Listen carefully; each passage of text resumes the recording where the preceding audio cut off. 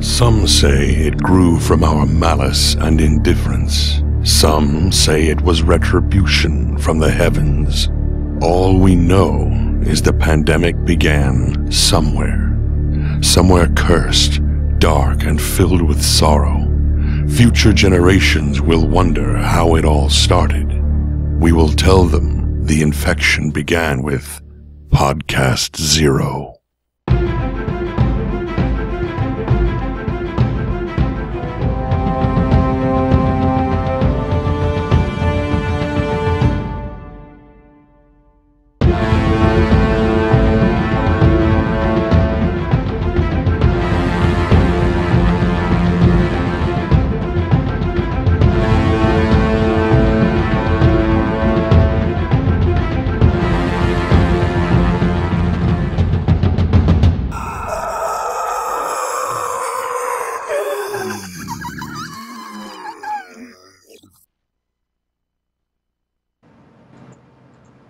Hello, everybody. Hello. Hello. What's up? Hey. Welcome, everybody. Welcome to the audience, all you audience peoples. And tonight we have special guests. We have guest 1, guest 2, guest 3, guest 4, and guest 5, because I guess I forgot to change their names. It's always something, you know. It's the little things in life. We're professionals here. We try to be as much professional as possible.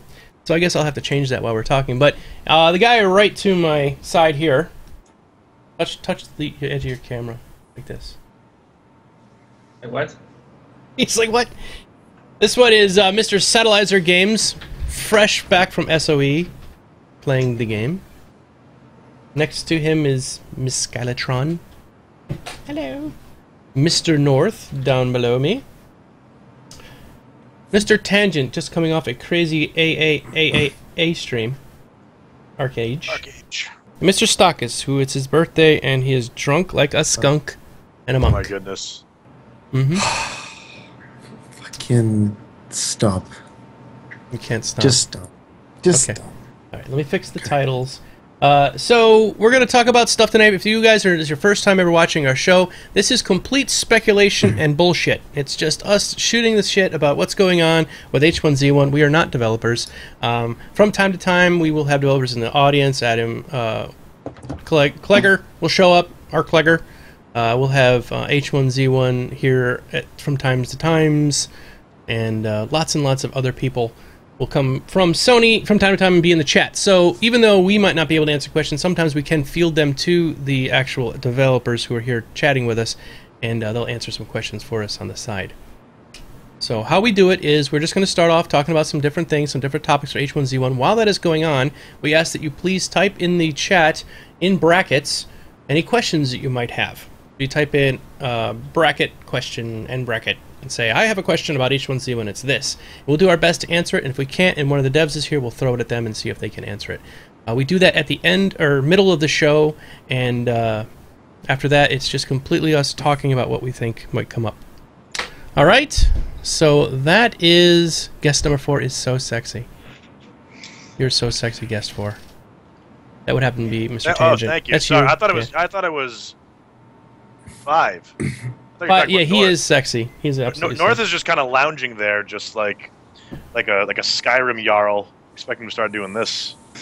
But Alright, I'm gonna put everyone's name in here. So, how's everybody doing tonight? good. Awesome. Hi. Unless you're talking to viewers. Is No, that no. a viewer or a panel? That's a panel question. I talked. Yeah, I'm feeling good. They can't reply back I'm to me. tired. That's Yeah. good. You know, like a Jarl. A lot of problems with this beta phase for Arcade. Hey, what's going on? Oh man, second time in a row they had to delay the actual beta launch. They didn't have the server capacity to hold everyone, and most recently we had over an hour. It wasn't a queue exactly. They actually had a problem with their login server. Mm-hmm. So we got my computer crashed. We got locked out. So we played Oregon Trail while we waited. So. See, I feel bad for you because I've been logged on since the second, really opening of the servers, and I haven't gotten kicked off since. That was the only time I did. I didn't get kicked off. It was my computer. Damn. My work. Crap the bed. All right, I'm popping some questions in the chat.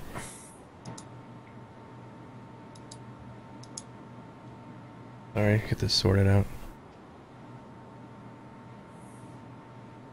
Are you getting them, Stockus? Your hair is loose. I know. You have loose hairs. All right. Well, For first some thing. reason, Go ahead. yeah. First thing I wanted to it's talk just about like- tonight is Mr. Satellizer. You have gone and played the H1 and the Z1. I have indeed, yes. So would you give us your impressions of what you thought? Because you just played recently. How did it go? How Yep. did you get down there? What happened? I hate you, by the way, I'm a little jelly. playing that game. Well, I went down there for the SOE block party Friday. Mm-hmm. They had the games. They had an outside bunch of computers for all the games, and then they had they let a couple people go inside to play really hardcore. I got to go inside and play the game for a solid 3 or so hours. Oh wow. Oh yeah. So you got to get into it. Oh yeah. Mm-hmm. I had a couple buddies with me, and we were trying to meet up desperately to try to build some, because with all the other streams, no one really ever got down to building or group play and to see how that would work. Unfortunately, we could not find each other. Every time we'd get remotely close, either one of us would have like a horde of 20 or 30 zombies behind us, and he'd get like swallowed. Oh yeah, this one time, we had just managed to meet up at a gas station, and I made the stupid mistake of trapping myself in the bathroom with only one way out, which was the doorway, and a funnel of 20 or so zombies coming into me, just pelting me. They take a good 5% of your health per hit. But that combo system to attack them, where if you time it just right, you can go combo, combo, combo.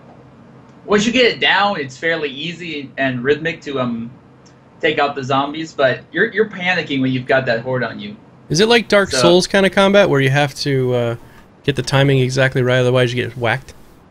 Oh well, You're talking about, like, yeah, it parrying does and stuff like penalize that? you if you do not get the timing right. You will be like stuck there for a good second or so, unable to hit back. So you do want to get that combo just right. Also, another concern that was on the Reddit was the whole fact that everyone was KOSing Yes. throughout the entire play. There wasn't even time to kill on sight. He was killed before sighting. I know one time I was running away from some zombies. I took an arrow to my throat. Out of nowhere, an arrow. First off, both So it's arrows like you're are gonna die basically- and Yeah. they do that. Exactly. Oh my god. Bows and arrows are pretty easy to make. And you can pretty much make and they're really overpowered too. A good headshot, and their headshots are fairly easy to come by. We'll take out a zombie in one shot. But yeah, I was running. I still have no idea where the guy was when he shot me. Must have been a perfect shot because it went right through the neck. Fortunately, I was still alive. Still running. It took about half my health though. Guess it wasn't a headshot, so it would probably count as a body shot or something. Anyways, I was running around with this arrow sticking out of my neck because, as awesome as it is, all the arrows stick into you and don't despawn after firing. Awesome. And then, so I was running for a couple meters more, then he takes another arrow shot, and it hits me right in the face, and I go down. But yeah, I'm a little worried that the bows and arrows are really easy to craft. It takes about 30 seconds. You just chop a tree down and find some shirts, which Everybody's armed. Yep. Another thing that was really weird was that when I was looking in all the canisters, which there are tons, there are so many cars along the roads, but every single time I'd open the car, all I would find were t-shirts or hats. So in the end, after like 15 minutes, I had an inventory full of t-shirts and whatnot. That's probably all going to which you get can- balanced over time. Yeah, Yep. most likely. You can make them into And then rags and stuff too, right? Just like in Yep, Daisy. you tear up the t-shirts and you get about 4 or so rags, and then you turn the rags into either bows with sticks. The crafting is really nice, though. Okay, so yeah, do you want to talk about that a little bit? What was your impressions of the crafting? Well, the crafting, the whole discovery feature is really cool. Where when you discover or you loot, things like metal scraps and whatnot. Which another really cool thing was that if you hit at cars with an axe or so, you can carve off metal scraps that can be used for building and whatnot, and also you can apparently use the metal scraps to build guns. Guns, another thing I was really worried about before I get into crafting is that I thought I would be able to find, just like DayZ, where you can find guns just about anywhere. Mm-hmm. I didn't find a single gun. I think out of 3 of us playing for 3 hours, I think one of us found a gun once, and then we lost it to somebody killing us. Ammo was even harder to find. I think they made it... Since it's so difficult, do you think that's a good level for it to be at, or what? Well, I certainly think that it's going to make people much more wary about going out at night and whatnot, because without a gun, you're kind of limited to a bow, which takes time to aim properly, and if you don't fire it get a headshot, you're going to have to reload slowly, and gives enough time for players and zombies to get up to you and in your hitbox.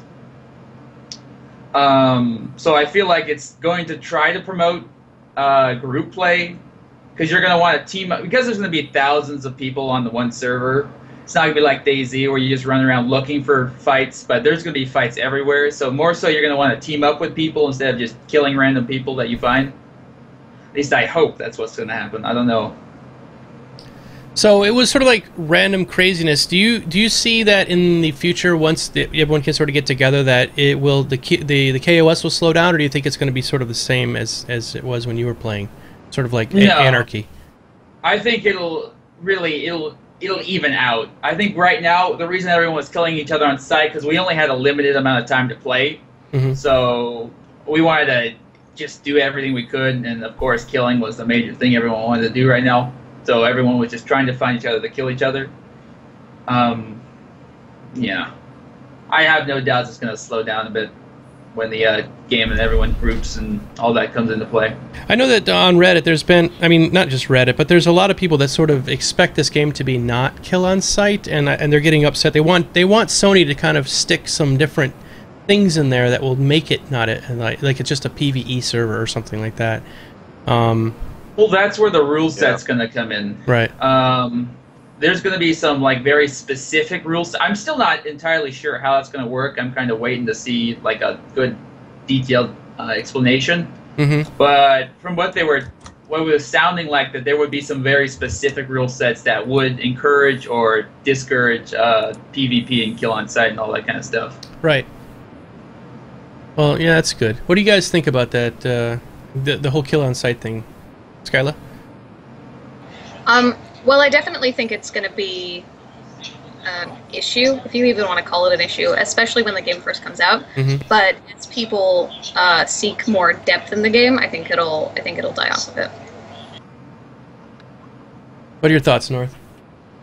I mean, every single game that the zombie survival MMO game so far has been, it's gone from people attempting to work together to going to wait and kill on site. Now, like we were talking about earlier, is that because there was only so much time, people just wanted to see the PvP factors. But I kind of hope that the zombies become more of a threat and do promote the PvE aspect. It's right now they seem like they're a huge threat. Oh yeah, they are by numbers. Yeah. Which is I think where some of the beauty comes in, because if they can make a game that is completely PvP and the environment is so incredibly difficult that you must play together, so you really don't want to kill the other person, that's where the beautiful part comes in, because that's right. If the zombies are too easy, like in DayZ, like once you've got your guns and everything like that, you don't even bother with the zombies, just kind of walk around them. Then it's like, okay, then it becomes just a PvP game that has some extra stuff that might hurt you. Whereas if they can make it as a really in-depth combat system, and also the environment being so incredibly hard, that's like, man, I gotta get this working together with somebody. I think that will probably be helpful. What do you think, Mr. Tangent? I think it's going to be, and pardon my language, but I think it's going to be a total shit show from the very beginning. Really? It's going to be the people, the veterans from DayZ, Rust, and everything are going to love the fact that it's going to be time to capitalize on the casuals that are just getting into the genre. Right. People that have never played it before. Seeing.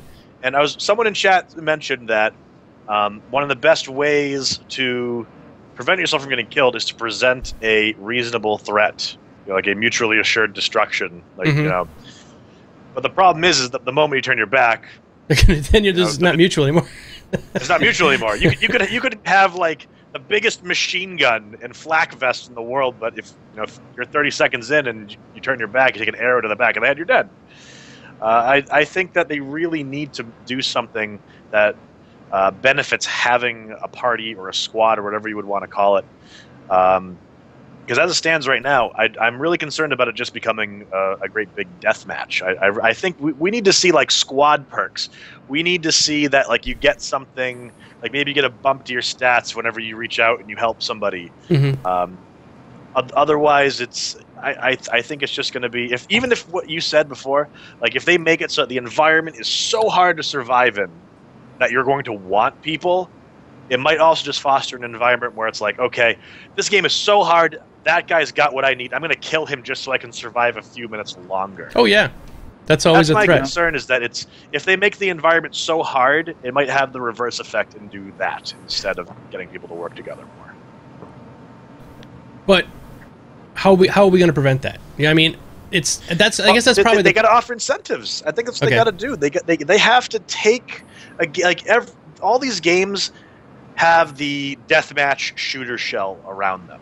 Mm-hmm. It's because every time you die, you reset. There's no consequence at all, other than that. It's like you have to get into the mentality of not being attached to your character. All right. Oh yeah. So what can we really do for a short-term character to make you care?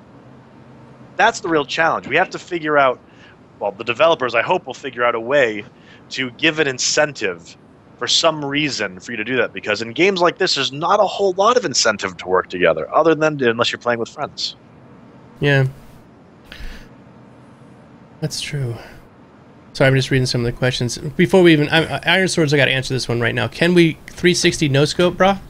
Yes, and there has been confirmed that you, from a mile and a half away, can throw a dagger and hit somebody right between the eyes. So make sure you get a mile and a half. Yeah, so make sure you get your montage videos ready. Must have many wubs and lots of knife throwing from a mile and a half away with headshots. Just like stand on a mountaintop and just... Throw it, and it just, right between the eyes, yeah. Just like Call of Duty and all these other games that are just... I can confirm I was doing that all day. All day, exactly. Yeah. You're like H1Z1 Chuck Norris. Exactly. Well, actually, there's a server where you'll get banned if you don't kill them with a dagger to the face. Oh, good.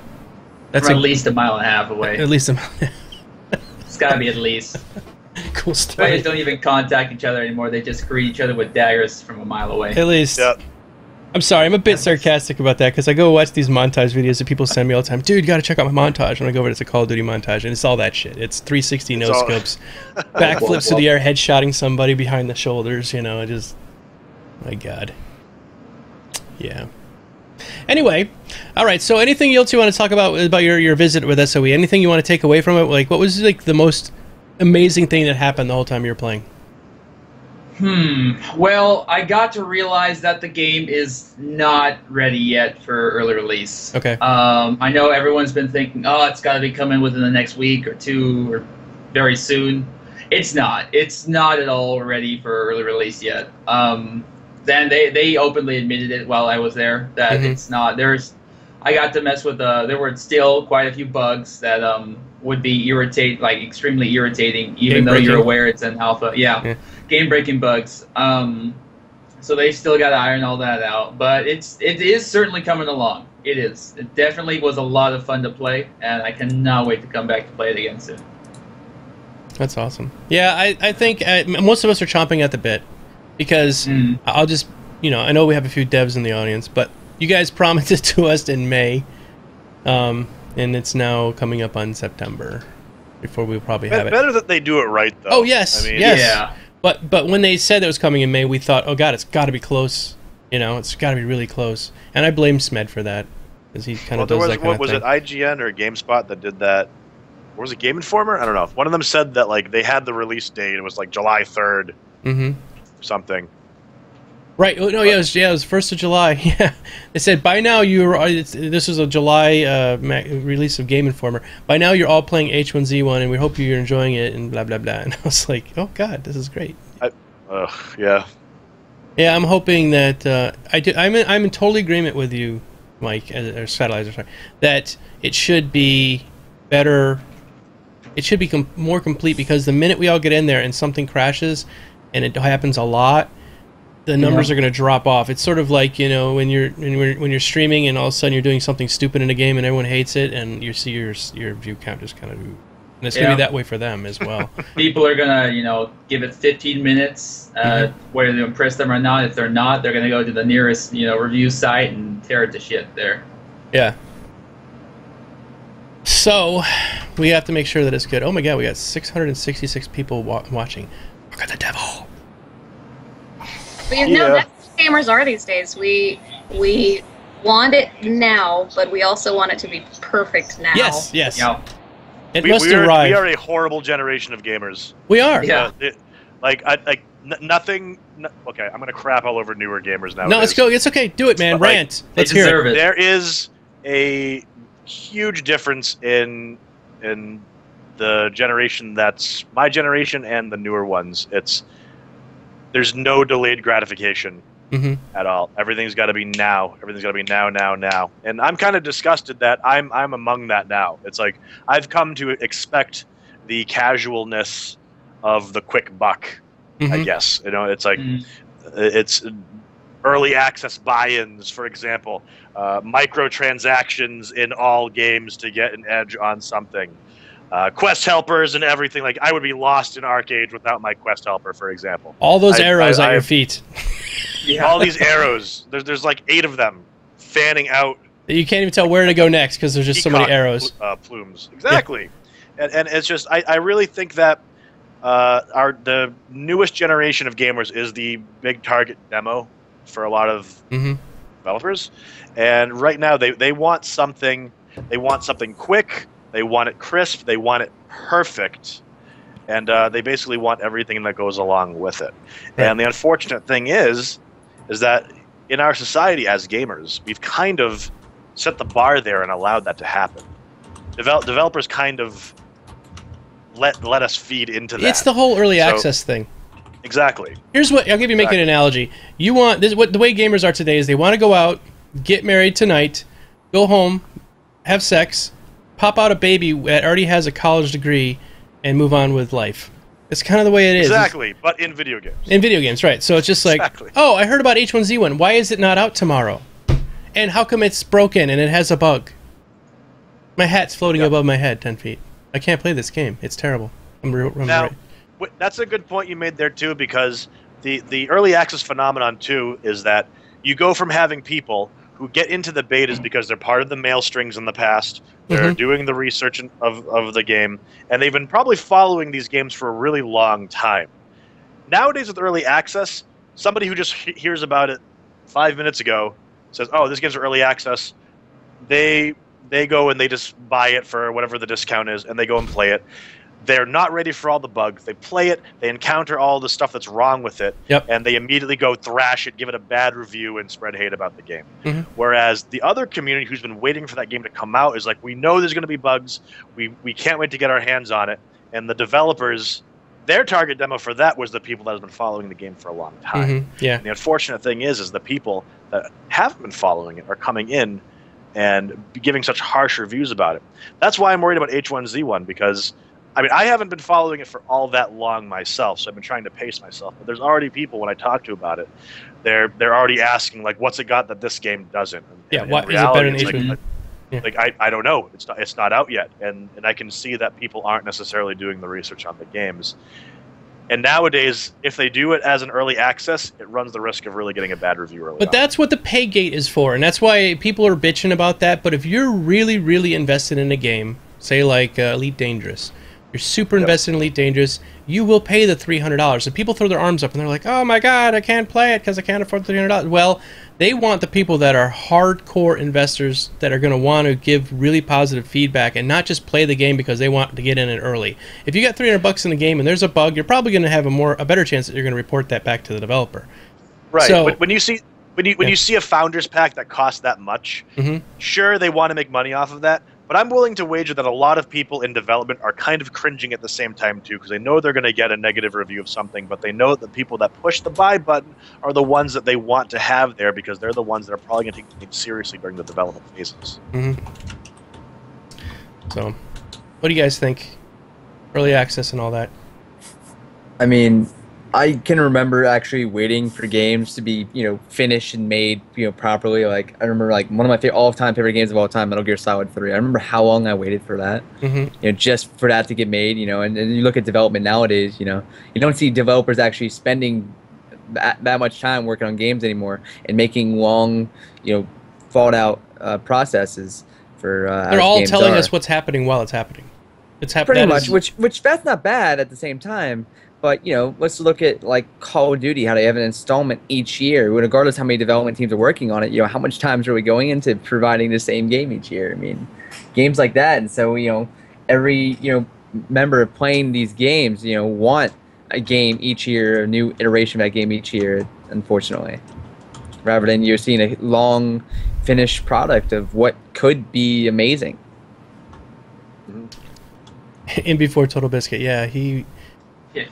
Yeah, I love Total Biscuit, but honestly, I would like to see his opinion of the game. But we'd have to see what happens.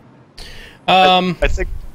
Just real quickly, I think please. one of the main problems, and this is a really quick one, I think the problem mainly with early access and stuff like that is because a lot of companies have given it a bad, like some companies give it a really good go. They're like, this is a good opportunity to play the game, but in my opinion, a lot of companies just use it as an excuse to put out an unfinished game and then treat it as a finished game when it's already out. I actually. In regards to that, go ahead. Wasn't Firefall in open beta for like 2 years, and now it's just now launching? Yeah, and they were like, "Oh, by the way, we're launching next week." What? Yeah, I thought that game launched a good 2 years ago or something. Well, look at they Daisy. I've actually been doing a lot of work with Red 5.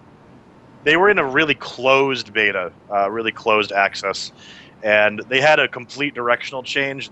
I don't know all the details about it, but there was a lot of drama, I guess, in the development side, and they have new leadership now, and supposedly it's because of that old leadership that absolutely tanked the game when it was supposed to come out before. So after giving them another look, it's been significantly better. But yeah, they're an example of early access, but their buy-in for early access was pretty high.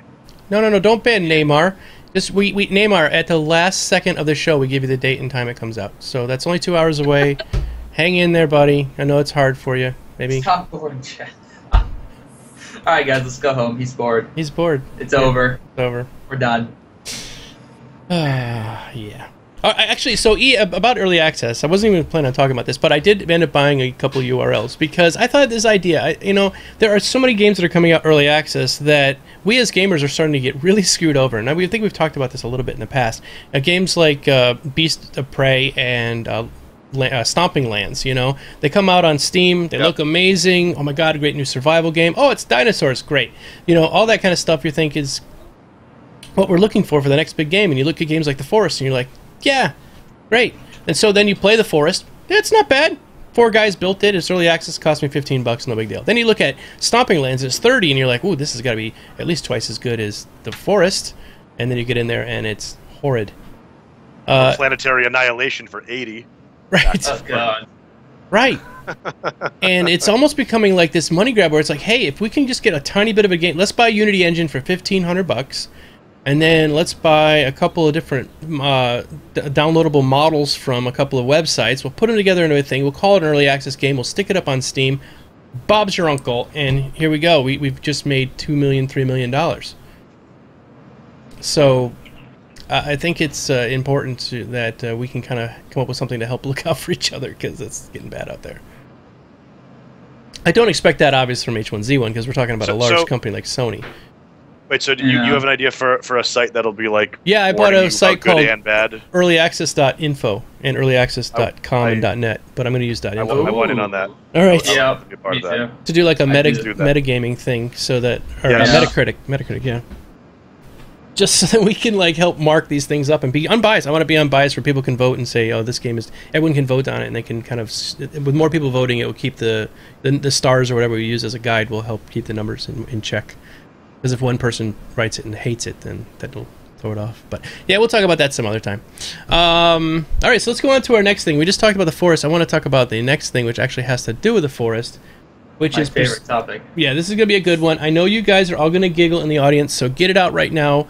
We're going to talk about boobies. Boobs! Tatas. Right. And what this has to do with H1Z1 is, and I'll get to it in a second. In the forest, they just came out with something. In the forest, the women that run around are topless, okay? And so up to this point, they have all had exactly the same character model. Exactly. They're all the same. And when you attack the guys, at least the guys came out with like little CDs around their necks or belts across their eyes or all these different things, arms on the back of their body. They had different things that made them look different, but the women exactly the same. So they thought, what can we do to make them look different? So we can put a different haircut on them. Well, that'll make them different. But the biggest thing that people are going to be looking at are their boobs. So they came up with procedural breast generation. And while that is fun to talk about just on the surface because it's boobies, the other thing I wanted to discuss is how that affects games in the future. Because if you can come up with something that is like procedural breast generation, that means you could also have procedural hand generation, arm generation, chest, shoulders, face generation. And what do you guys think about that in a game like this, where every mod that you come across, it looks completely different because its face was completely procedurally generated, and its the way it stands was generated, and everything like that. There's like a whole list of procedural things, and as the character is coming into the server, as you're running up to it and it's being generated, it comes up sort of randomly looking. What do you guys think about that? Topless zombies in H1Z1. Confirmed. That's what I'm thinking. I wasn't actually going there. But yeah, that'd be good. I think it would actually be cool. I think it would be really cool to see that each NPC you run into could be different than the last, because I've been noticing that in most games nowadays, apart from the main boss or mini boss, most NPCs are starting to look really the same all over the place. It's getting kind of boring. I mean, it didn't used to be that way, if I remember correctly. Most games used to have, several different types of mobs and different looking mobs. But now it feels like games are getting lazy. Yeah. I think what it would clear up is it would free up the developers to just come up with that procedural generation, and then after that, they could it would make more mobs quicker. You know what I mean? And probably less work, I think. In the end. I think that particularly in survival horror, that kind of generation is. I think it could have more impact than on other genres. Because I mean, you look at a game like if they did it for like Skyrim, for example, it's like you got a whole bunch of different hairs and you can morph the face and whatnot. Sure, but let's look at the zombies. What if we had one guy in development who just worked on hundreds, thousands of different quirky things? We're not talking about like what color eyes, what color head. We're talking about like, are they missing a limb from the elbow down? Right. Do they have a chain around their neck? Do they have a bear trap locked around their leg? Yeah, stuff like that. It doesn't have to be just... Are they skinny? Are they like... we're not even talking about just like the features of a anatomically correct person. We're talking about like random accessories, quirks, and things that make... That's what I mean. Exactly. Yeah, exactly what I was talking about. That's what I was trying to get to, is that it's not just, the boobs. I'm talking about everything, the whole deal. I think in games like H1Z1, DayZ, or any survival horror, they've got more potential than other archetypes because you get to have that kind of body damage that you wouldn't normally see unless in the horror genre. So they have the real opportunity to make something really unique if they were to take the kind of technology and run with it. Absolutely. What do you think, Skylar? Tangent says everything I'm thinking. Okay. So, I mean, really, I don't even need to be here. Jeez. Terribly sorry. Skylar, get out. I'll be quiet. I got a big mouth. No, it's awesome. It's awesome that that it's something that we agree on. I said think that Skylar, not Stockus. Bye, Stockus. Bye, Stockus. No, I think that it could definitely apply to even more games. Is Sony going to use that in EverQuest Next? That would be awesome if our mobs were that variable. It adds to the immersion, and I think that would be really cool if it were possible to pull off. North looked like he was going to say something. Go ahead, North. I mean, a lot of it was said, but I mean, we're still going on the same aspect that everybody's been talking about since, Standalone, all the other zombie survival games were getting ready to come out. Growing beards, just kind of throwing it out there. I mean, character growing beard over time. That actually, I like the sound of that. Because you're out there for months at a time. Roleplay, you should be growing a beard. shows length for survival time, and Hey, hold It opens You other come things across too, the guy. though. on, pause for a second. Arclegger is in the chat. Hey, Adam, how you doing? And also T-Lock is here, who's a developer for Sony, and says, GeekDomo, I'm a tools programmer on h1z1. I'm literally working on randomized clothing and gear for hats, scars, anything attached to the zombie human right now. There we go. Confirmed. There you go. Perfect. Awesome. That's great. So continue on. Damaged limbs and accessories. I want to see the bear. I want to see like the one zombie that's missing an ankle because he like ripped it out of a bear trap. Yep. Because you have bears now. We have bears that Twerking bears. twerking bears equals Half-Life 3 confirmed, according to Yeah. definitely Half-Life 3 confirmed. Well, the chat has just gone to shit. That's because Clegg showed up. He has Clegged us. Damn it, Clegg. Yeah, Clegg. So yeah, it's exciting things, and I'm really glad to hear that they're going to be doing that. So, all right, Reddit, there you go. What time is it? We've been doing the stream for 35 minutes, so go ahead and go to that part of the video and highlight that. All right, moving on. We're going to talk about the next big topic, which is SOE Live. How many of you guys are going to SOE Live? Look at the My pass. ticket already. I don't have a badge, but Hey, poor. I am poor and do not get invited and or cannot afford. Yeah. I'm sure you're Agreed. invited. so just us two? Just No, us two? not, well, no one like sent me anything. So I have heard confirmed there will be live streaming from the floor. They're going to have Yep. booths set up for you guys to play. So, Satellizer, are you going to be playing some from h1z1 and streaming it on your streamer? That's the plan. Mm-hmm. Yeah. I hate you. Yeah. Green with jelly.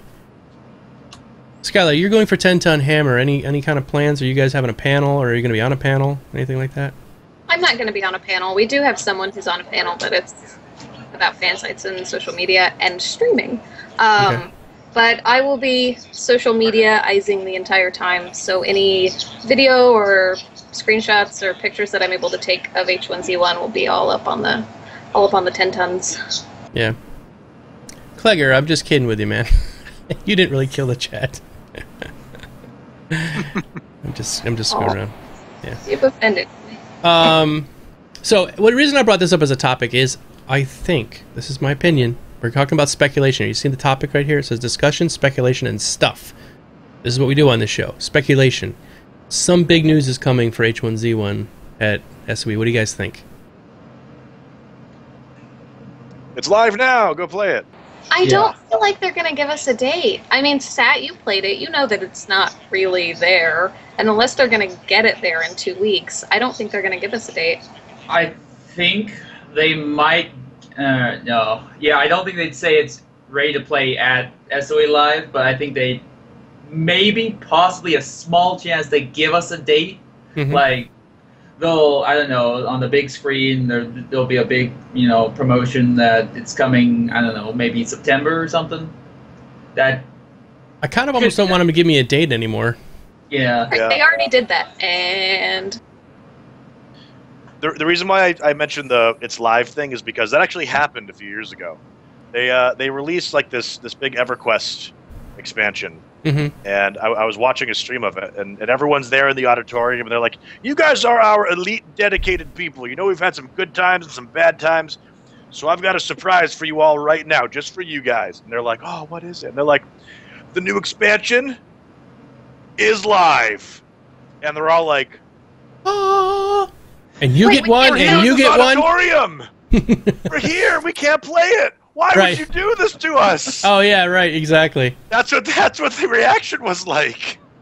And so I'm like, I really hope exactly they're like that. there. Yeah, I'm so pissed. Yeah. I mean- And they were like, "Oh, but it's okay. You guys can demo it in the other room." And they're like, people were up. They were making their way to the back of the room. You could tell they were like checking out. They're going home. Yeah. They're canceling their hotel reservations. They're checking out early. They're validating their parking. They were not happy with Blizzard that announcement. Blizzard did that to us with World of Warcraft at PAX East. They gave us these things, and it says you're already in. Go ahead and play. And so there was people that were grabbing these things and running back to their hotel room so they could at least log in and start playing Warlords of Draenor, And it was broke. It wasn't supposed to be that. It was supposed to be for the closed beta, but yeah, I could see them doing something like that. All right. Exactly. At SOE Live, they'll tell us 4 to 6 weeks. 4 to 6 weeks. Yeah. I don't know. I think it would be better if they just didn't say anything at all. Really. Honestly, I'm hoping to hear some huge EverQuest news. I want to hear EverQuest. That's going to happen. Yes, You're definitely going to hear about Live. EverQuest next. Yeah. Next, we're going to hear EverQuest next. We're going to hear Landmark stuff. I'm so nervous, though, because that's like my childhood they're messing with. With That's like- next? Yeah. I can just tell right now. The announcement's When I going heard to be about they next canceled years next. ago... Sorry, go ahead. No, I was just saying that their announcement's going to be they canceled next. No! That would be a big announcement. legitimately cry. I would cry. All right, so hold on. We have to stop the show. Adam says, or the Clegger, he says, Domo, this is very important. On Wednesday, August 13th, SOE Live is my birthday, and I'm expecting lots of birthday drinks in Vegas. I don't know how long you've worked for Sony, Adam, but see this hat I got on? This USA hat? I got this hat when I worked for Sony, and I got it when I was at an event down in Disney World. And one thing I want to mention, for those who might not know, Sony has an extreme aversion to their employees having a functioning liver. What they like to do is remove the liver by giving you as much alcohol as you possibly can. So I don't think you'll have any problem with drinking at the open bar that they'll have there, most assuredly. Like, it's going to be... Now, I don't think it's an open bar for the people that are coming there, but the Sony employees will most assuredly have an open bar because Omid will demand it. Oh, yeah, definitely. Mm-hmm. It's going to only serve scotch, though. Yeah, only scotch. Only the best scotch. That Yeah. stuff he drinks, that $300 bottle stuff. My birthday will be the last day of SOE, the Sunday, or no, it's not Sunday. The 17th, though. Of course, I won't be able to go to the bar and celebrate. I'll just be able to sit in my room drinking apple juice because I can't legally drink yet. Out of a bendy Cheers. straw. Yeah, bendy straw apple juice. People will hook you up, man. Just be off in the corner. Hey, we'll stand next to that door. It's like, hey, Some liquors. I left you some in the bag there. Yeah. Oh, yeah. Oh, so it's also Hazardous Mouth's birthday as well. Yeah, Clegger. Hazardous Mouth. Hazardous Mouth, yeah. It's his birthday. It's his very special birthday. So birthday. It's birthday. October 20th. That's my son's birthday. All right, let's move on. We're going to start our Q&A time. If you have any questions for us or the developers in the chat, please ask them. You have to put it in brackets, say bracket, question, in brackets, so that our chat monkey, Mr. Stockus or Mr. Bod, can paste it into our Skype chat. So please ask the questions. Just please put the brackets around so we can see it as a question as it's going by. Otherwise, we miss it. So, fuck your questions. I ain't taking shit. Skylar, would you like to read the questions tonight? No, Bud's in chat. He's Okay, got us good. hooked up. Yeah, I'll read questions since I don't know if Stockus can handle it. That's why I'm trying to keep stuck at. Oh, he's got a. That's not. Can I No, gong no. every question? No, he said bong. He said bong, What? not gong. Who said the magic word? My chat's giving me pressure right now. We got a subscriber. From, Oh, well, do it. Bong and Gong then. it. Do it. And they're like, Tangent, Gong bring the it. gong on the podcast. And I'm like, guys, I'm a professional. No, do it. Can't do this. Do it, man. I dance fucking sometimes gong when we get it. a Come on. subscriber. Gong will go Yeah, home. but this is the podcast. This isn't. Shut up and gong. Yeah, Oh, get my it God. on. Bang Fine, a gong. Fine. Jord, thank you for disrupting this podcast with your awesome support. I think this they need to gong do ring it is more. For you, my friend. Thank you for subscribing. Konnichiwa. I think you guys need to do it more. I think he needs at least another 100 subscriptions. So They were ruining my footage before I was trying to do a Firefall trailer. I'm like, okay, everyone, seriously, I need radio silence. Nobody do anything, and just Right. people are like subbing and following and you bastards, just bastards. get it on. Bang a gong. Are you happy, Tangent Gaming? Are you Mhm. happy? I don't I think they're disrupted happy. I everyone don't for know. You got to show them how happy you are by doing some more subs. All right. Okay, so let's get to the questions. Go ahead, Skyla. Ask away. Okay, will we have pets? Mm. Hmm. Do you want pets? Yes. I want it. I think I they. think. Okay, you want to? Well, I think Clegger said before that they were thinking about having the wolves be able to be pets. Like, you could convert the wolves into pets, I think. That'd be cool. Yeah, that would be really awesome if you could tame like a wolf to be your companion and fight with you and whatnot. I'm having horrible flashbacks to Lineage 2, though. Like, why is that? You ever play that game? No, I don't. I never did. Little bit. Well, they had these mega badass mounts, and it literally took us longer than to level your character to level them. And it was like once they get level like 40, that's when they start to grow up. And there are these cute little things, and you literally have to like, you have to let them hit something, and you got to heal them, and you got to feed them, and it's like the most nightmare Korean Tamagotchi you could ever like think of. Okay? Nice. And it was an open PvP game. So if someone saw you with this high-level mount, oh no, what did they do? Kill it. They kill it. Oh no. Yep, they would kill it, and they would laugh at you. Oh. And it was considered an NPC, so they didn't have to flag. Oh my, that's even worse. That's awful. They're like, I'm going to kill your monster. You want to try and defend it? I'm higher level than you. And so it's like I'm seeing like everybody with their cute puppies that they work so long to birth in the harsh winters of h1z1, and they've been nurturing this thing for like a ridiculous like 15 days of survival, and they're getting ready for to grow up into their wolf form or something, and then guy logs in and stream snipes you with a bow and arrow they made by like stripping naked and punching a tree, and it's gone. Nah, yeah, it's true. That could suck on a high level. But that said, there's no reason not to put the pups in there, because it would be awesome. Just saying. Riding a bear. Or a bear, yeah, bear pet. Riding a bear, Vladimir Putin confirmed. Yeah, exactly. H1Z1 bear cavalry. Dude! For the butchers of Twitch. That would be awesome. Totally get into that. Be like a whole like clan. We already talked about this before. That when like the Tangent group gets together and with the Domo tribe, we should all get together and have just some sort of really crazy cult. And our cult is the Bear Riders, you know. And oh god, seeing like 500 bears charging downhill at you would terrify you. Ripping zombies to shreds along the way, and be like, "Holy shit!" It'd be balanced though, because one headshot and you're done. Yeah. That's pretty cool. Okay, next one. From Madman Moose, how far do you think crafting will go compared to Landmark? Will you need this thing to do this thing or this thing to do this thing? So you just keep crafting over and over to get to the end. And you guys, Sat did it, so. Yeah, I was gonna say, yeah, like a chain thing. So before you can make like the shotgun, you need to learn how to first get some iron and then make it into a pipe, and then make that pipe and get some wood and make a stock, that kind of thing. If I remember correctly, I was told that you can make guns, but it's very hard, and you need a furnace. I'm not sure if you craft a furnace or not, but what you can do though is if you you want to make an arrow, wooden arrow for your bow, but you don't have how does this work again? You could chop down a tree, you get the wood plank, then you could go from the arrow, you craft the arrow, and it would instead of going from plank to stick to arrow, it would just go straight from plank to arrow. It would do it all for you, so you wouldn't have to okay, that's craft good. it one. Even getting carpal tunnel. Yeah.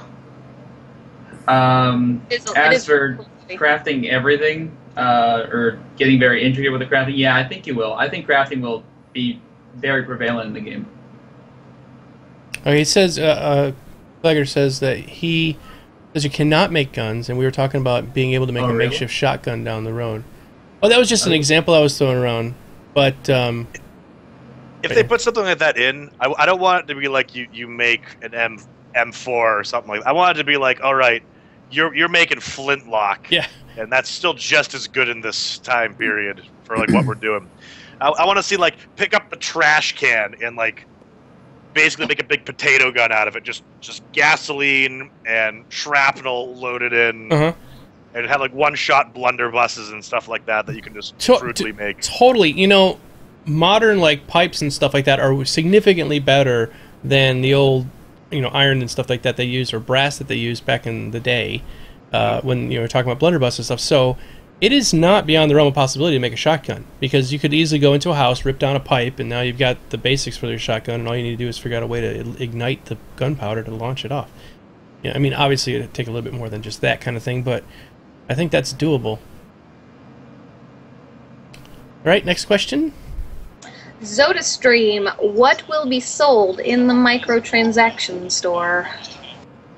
Hats. Cosmetic stuff. Shirts, More hats. Just the skins, not the actual functionality. Please go for like the good hardcore cosmetic stuff. Like people were saying before, we had a discussion about like, you know, they mentioned women will have an easier time of surviving in H1Z1. We don't know what that means, but like I want everyone to look nitty gritty. But you know, women could buy makeup, for example. Like I want that kind of stuff. Let's bring some value to stuff that would be otherwise valueless. Mm-hmm. Like this isn't a cosmetic piece, but real world things that we would love to have in the post-apocalypse would not really matter in a game like H1Z1. Like for example, the last bottle of whiskey. H1, like in survival horror, that would be like the world's last Molotov cocktail. Mm-hmm. But like, there's no value at all in like seeing that as a luxury item. Or so, lipstick. Like, I want. Yeah, it's like, oh my god, you got lipstick? Holy crap! Where did you get that in the post-apocalypse? That's what I want to see. Free the makeup. H1Z. There's definitely gonna have to be some kind of stuff, and they did. What's your group called, Satellizer? I don't know your group. What do you call your group? Resistance. What's that? The Resistance? Yep. So the Resistance, what we did talk about this, and Clegger did confirm this would be something they could have in the store, is you could make your logo, upload it to the store, and then people could wear that logo on shirts and hats and stuff like that. So that would be some kind of cosmetic item that they could sell on the Player Studio. So it's kind of like what Arcade does. Mm-hmm. Yeah. Or you can upload it for your ships and whatnot. But you don't have to pay for it on Arcade, do you? Well, it comes with the Founders Packs, if I'm not mistaken. Okay. If you want to pay for more of the items in which you upload your crest to, yeah, you have to pay for it. Like free-to-play players that didn't buy a Founders Pack or whatever. Okay. All right. Next question. All right, from Sir Rayson, what are the ideal starting locations to begin the game, and how do you think that choice would affect beginner weapons? I don't want to start in the snow. But we can have snow. But we can, yeah. I don't know. What are you guys thinking? If you could start in any like type of biome, where would you prefer? Oh man, I would like and I know no game has done this yet, like for like online, but I want to see the extinction event. I want to see society intact and go to shit. That would be cool. We don't get that in DayZ. We don't get any of that. You just kind of show up in the middle of Russia.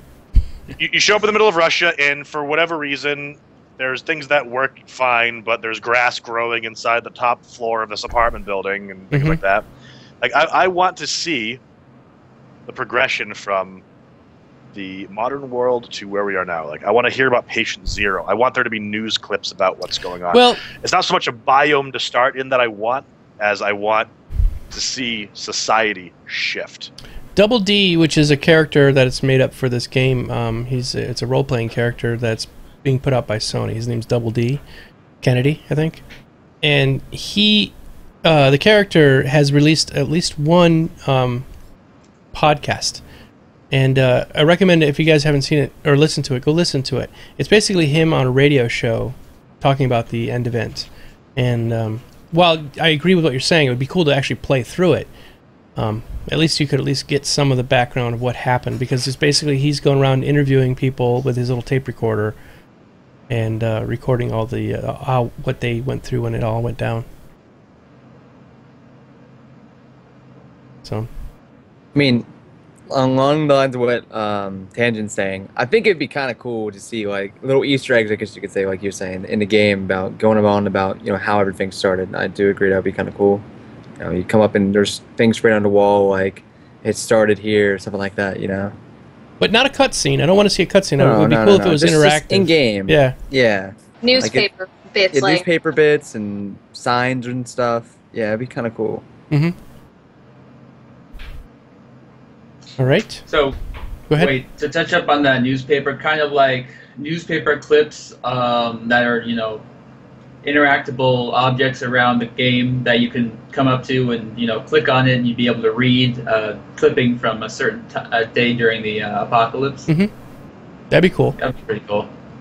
Like a launch event where like an actual player randomly selected as patient 0 for whatever reason or something like that. Let me ask you something, Adam, if you're still in the audience. I don't know if you're still there listening, but, there's sort of I got this sort of disconnect here, and this actually relates to what we're talking about right now. When we first started seeing stuff of H1Z1, it reminded me a lot like DayZ. So you're sort of in this place, and all the buildings are run down, and you sort of get this feeling like this happened at least 10 years ago. Or maybe not 10 years ago, but 2 or 3 years ago at least, because the wood's all starting to come apart, the doors are open to all the houses, they're missing windows and things like that. So this just didn't happen yesterday because people were living there. And then I kind of got the feeling the same thing was happening with H1Z1, which made sense. And all of the art that you have been working on, I've been watching you build all these houses and stuff, these buildings and everything, and they just released a bunch of new pictures today. I'll show them in just a second to everybody. But it looks to me that it's been at least a year or two, if not longer, because some of the buildings are the walls are starting to come down and stuff. So what happened? Like, I know you probably can't give us the great detail, but what happened in the company with Sony where it's shifted to where you guys are saying it's only been like a month or two, but the graphics don't match up with that at all. It looks significantly longer than a month or two of time. You've got grass growing in living rooms and stuff like that. So I don't know if he's still here, if he can answer that, but I'm going to show you guys some of the pictures they just released.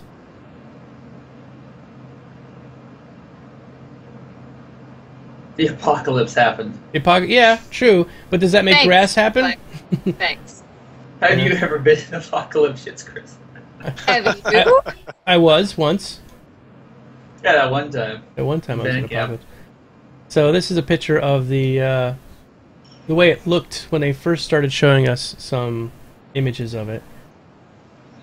See, the funny thing is, Clegg's talking about when he was at the Sizzler and they ran out of breadsticks. Mm-hmm. That was his version of the apocalypse. So I don't think it's a very good level to judge the end of the world, Clegg. You really need to step your game up, Sunshine. So this is the same exact place that they've gone. This is just an update that they just released today with some new art showing the changes. So this is the same street. If you could look there right there where the building is on the right, that is the street that's going up to the right on both images. And you can see what they've added to it. And it's definitely coming along really great. I mean, it looks fine. But looking at either one of them, in the street you can see the grass growing right across the road. And while that would happen, I don't think it would happen in such a short time period that they're kind of explaining. Maybe the grass got infected. Yeah, it's a zombie grass, which definitely could happen. If that's the case, I'm all for going along that line of reasoning. I like how many buildings there are in that town. Like, I'm so glad we're not just going to be coming across single houses, and there's tons of buildings there. Yeah, they're definitely fleshing the world out a lot more. And here's another couple shots. This is the same street. But look at that minivan there, all kind of wrecked over the top of the gas tank. Yeah. I was really impressed by the change in that town, though. I mean, that's so much better than just that little, I don't know, it feels like a smaller town. It actually feels like a small town now, rather than just, little depot or whatever it was. I'm glad this is coming up, too, just because, like, I think Nether is one of the best survival horror games out there right now. But it had me asking a lot of questions. And this is like, this van is a good example that we're looking at. Like, there was, like, hundreds of cars piled up on the highway, like, jamming the streets and things like that. And they were all so decayed that it looked like it had to be years and years and years. Right. And honestly, if there's that much decay on a van like that, I would think the streets would be piled high. It would be a maze of cars the whole time. you wouldn't just have one decayed car sitting there and everyone else got out. So, yeah. The Snowed one just brought up a good point, which is Chernobyl. Chernobyl, if you look at the pictures from Chernobyl, I have a bunch of those, by the way. I forget who sent them to me. Was it you, Snowed one? Somebody went to Chernobyl and took a bunch of pictures. Tarragon Dragon. Tarragon Dragon. There. That's right. She sent me a ton of pictures. And your voice is doing that thing again, Stockus, where it just went really high for some reason. Yeah, whatever. But she sent me a bunch of shots of Chernobyl. And how long has Chernobyl been? Was it the 80s, right? When was Chernobyl? Long time. About the 80s or so. About the 80s. So that makes sense. I mean, that's been 30 years now. 86. So it's been, just about 30 years exactly. That makes all the sense in the world when you're looking at that. This looks like it's been about 20 to 30 years to me. And since they haven't really given us, they took back their time frame, so I guess it's possible. Yeah, you guys don't beat up on Arklegger. He's a good guy. I don't know why you guys. Who's picking on my boyfriend Clegg? Who is it? I don't know, but I once was addicted. Just subscribe. So get up your gong for me, please, Tangent. Oh, you want me to gong for you? Get it on. Yeah, get a gong. Bang a gong. I'm gonna dance. We're gonna do the wub wub. All right, we'll gong for GeekDomo. Okay, ready? All right. 1, 2. Thank you for supporting GeekDomo. Yep.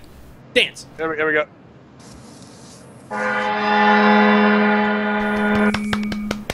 Thank you.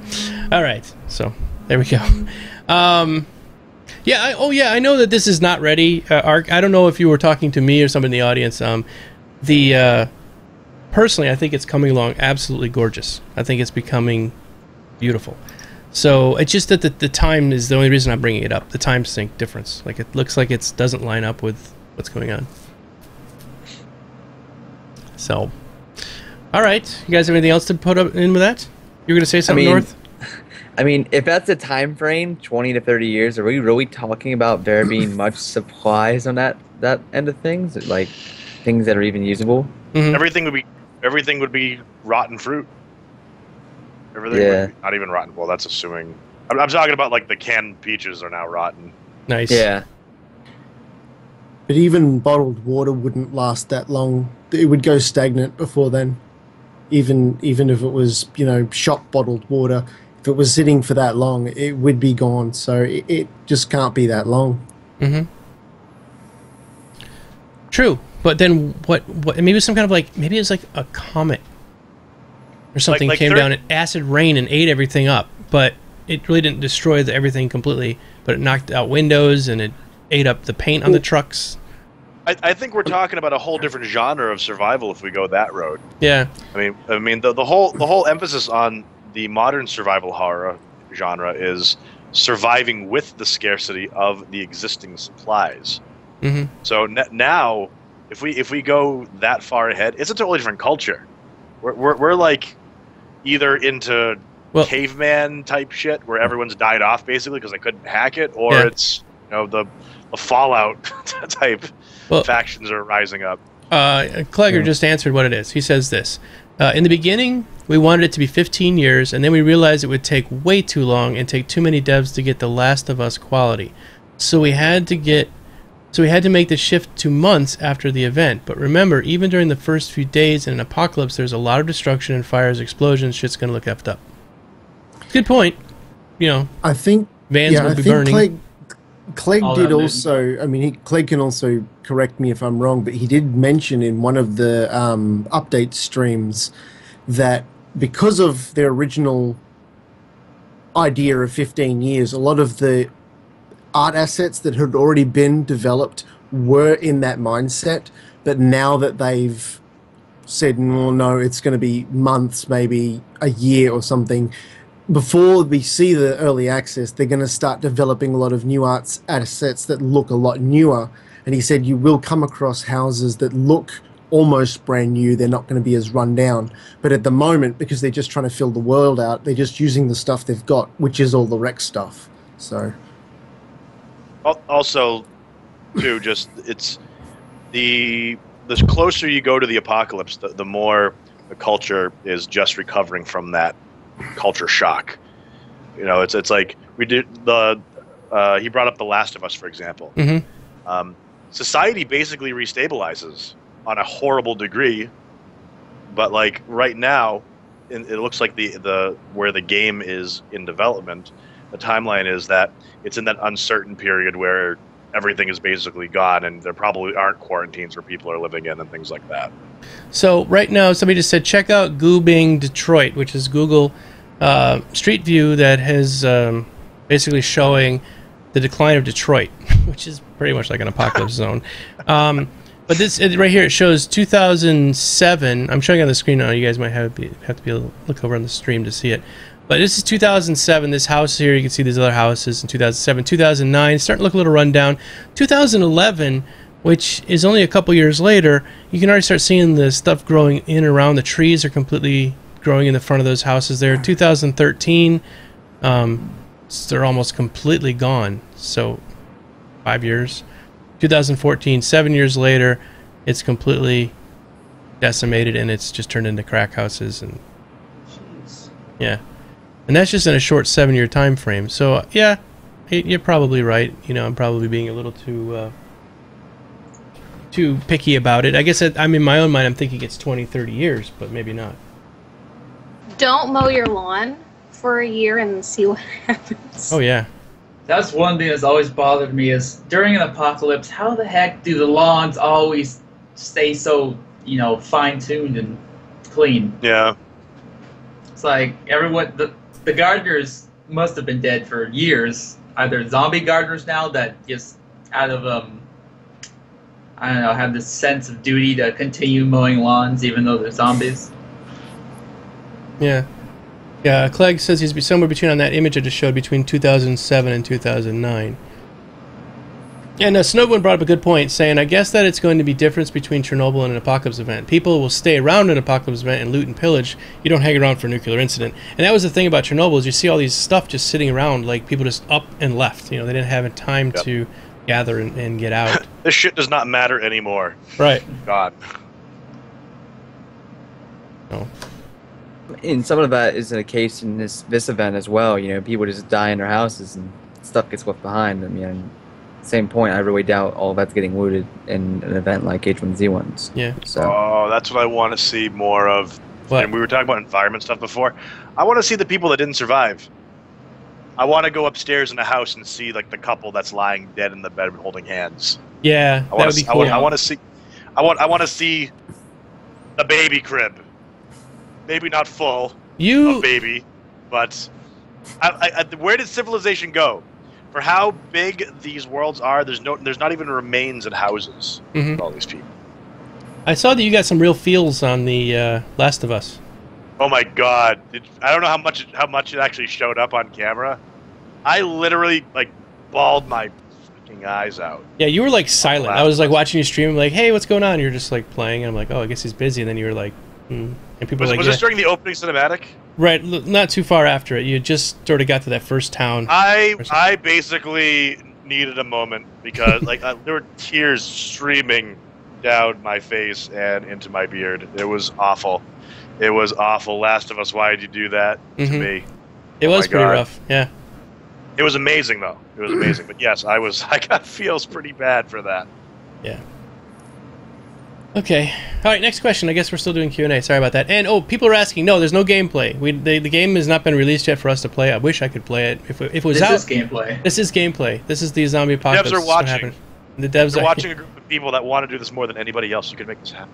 If you are interested and you have any questions, please ask. There are about 4 devs in the audience right now, so ask us questions, and if we can't answer them, we then relay it to the devs, and maybe they can answer a question for us. So go ahead.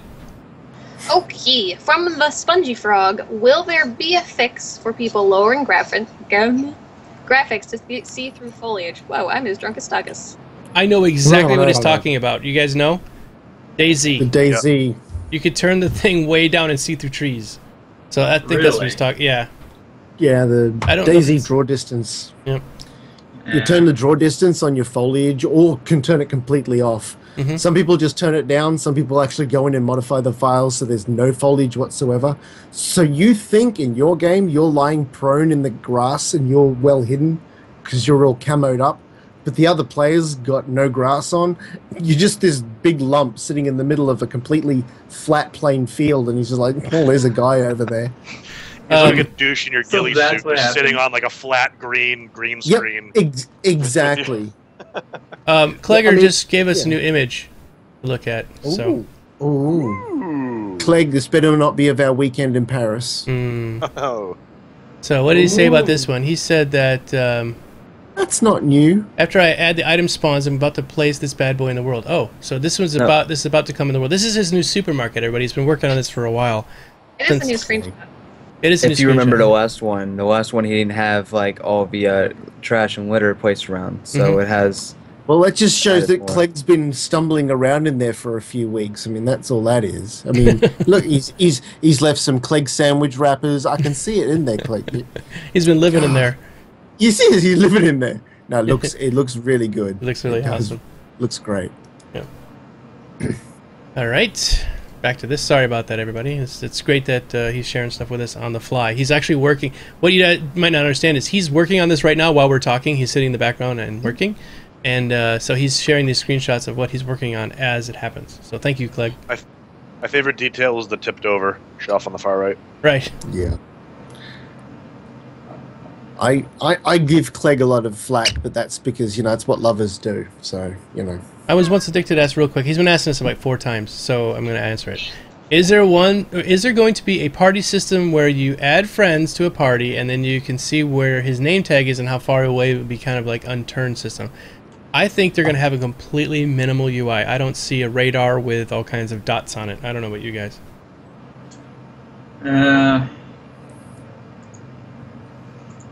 There's name tags, right? At the very least, you saw name tags in there. Nope. Didn't see anyone. I thought there were when I watched someone else play a stream, but I could be wrong. We didn't really get enough time to really stand in front of each other because of the whole murdering each other aspect. Arrow through the neck. No. Well, I tried. I put my hands up, and then I got shot. And we were asking if there would be some sort of kind of like what PlanetSide 2 has with outfits, where you'd at least be able to know who's online and whatnot in your group, and like form an official group. As for name tags, I don't think anyone really wants there to be that huge. Well, here's so and so with guild name under it and blah blah blah blah. Because I don't want that to be visible from a distance. They said that if you get close enough, they do pop up. That's what somebody just confirmed in chat. They said if you get close, they pop up over their head. Maybe that's what you saw, Skylar, was people getting close and not murdering each other. Yeah, that's probably what would have needed to happen, is actually get there I didn't without see any people in my playthrough. It was just me all by myself. I mean, I definitely don't want like a big arrow pointing over my head to my team members, but I do want a way of recognizing my friends and whatnot if possible. Every character model is going to look the same on early access. So, what's to say that guy wearing the same red hat and that guy over there wearing the same red hat? Which one's my friend? And that would be kind of hard.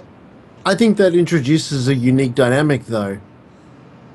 That, I mean, if you could see literally where all of your friends were, that would take away that risk factor of seeing a guy across the field and, gee, is that my mate or is that a stranger? I don't know.